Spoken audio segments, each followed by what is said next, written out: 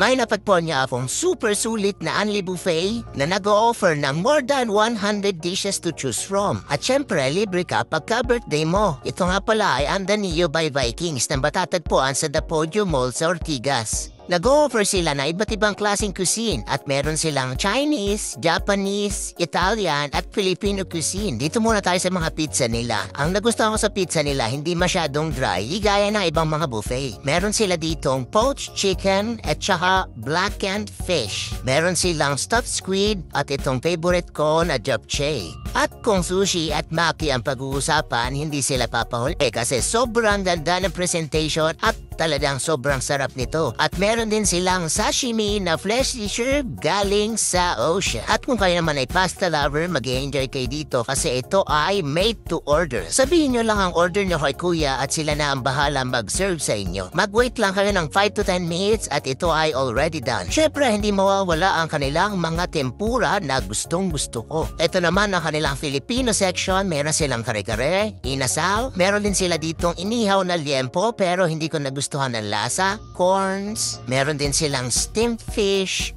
kimchi fried rice, at ito na ang kanilang hot pot. Sa sobrang dami ng choices, kayo na ang bahalang mamili. Kaso hindi ako masyado nag-focus dito kasi tingin ko masyadong mabigat sa tiyan. Next naman tayo, meron sila ditong fried rice, sweet and sour pork, at saka ang pinaka-favorite ko sa lahat, ito ang buttered shrimp. Sobrang dami kong nakuha nun. Meron din silang bok choy with mushroom at longevity noodles. At dito sa section na to, ako medyo napatambay ng matagal kasi sobrang sasarap ng kanilang dumplings at mga siomai. Ang next naman nila ay itong kanilang chicken shawarma. Para sa akin, sakto lang siya, hindi masyadong powerful yung mga flavors niya. Meron din sila dito mga sauce para sa shawarma mo. Ito na ang para sa mga meat lover. Sobrang haba lagi ng pila dito, parang blockbuster. Meron nga pala sila dito ang roasted chicken, lamb leg, at saka yung pinaka-favorite ng lahat ay itong rib eye. Pagkatapos yung pumili ay lulutuin sa harap nyo ni kuya, kayo na ang bahala sa danes na gusto ninyo. Tapos kayo na ang bahala pumili na sauce na gusto nyo. Merong peppercorn sauce, merong barbecue sauce, merong red wine sauce. At ayan, sinubukan ko na nga. Napakasarap at sobrang tender talaga nung meat. Ang request ko kasi medium lang yung danes ng steak. Ito naman yung kanilang soup for the day, ang mushroom soup. Ito naman ang kanilang bread section. Merong mini croissant,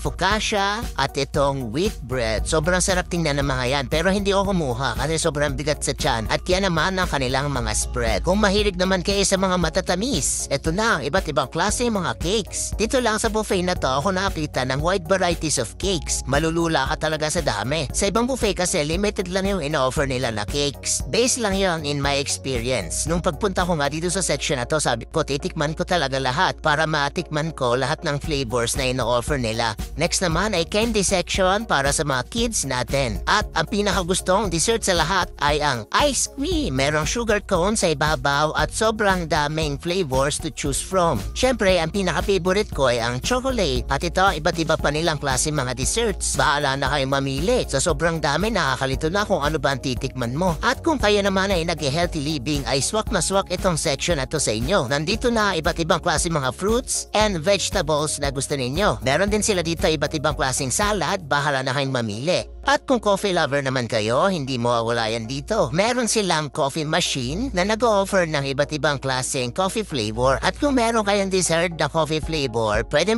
nyong i-request kay kuya. At ito na kanilang mga drinks. Meron silang wine. Kwantusawa yan, kaya sobrang sulit talaga dito sa Niyo. At meron pa silang mga flavored drinks dito kagaya ng iced tea, tamarind juice, lemon juice, cucumber juice, at marami pang iba. At ito na pinakahihintay nyo para sa mga gusto magwalwal, ang beer section. Kwantusawa din yung mga beer na yan, kaya magpakalasing na kayo. Yan lang, bye-bye.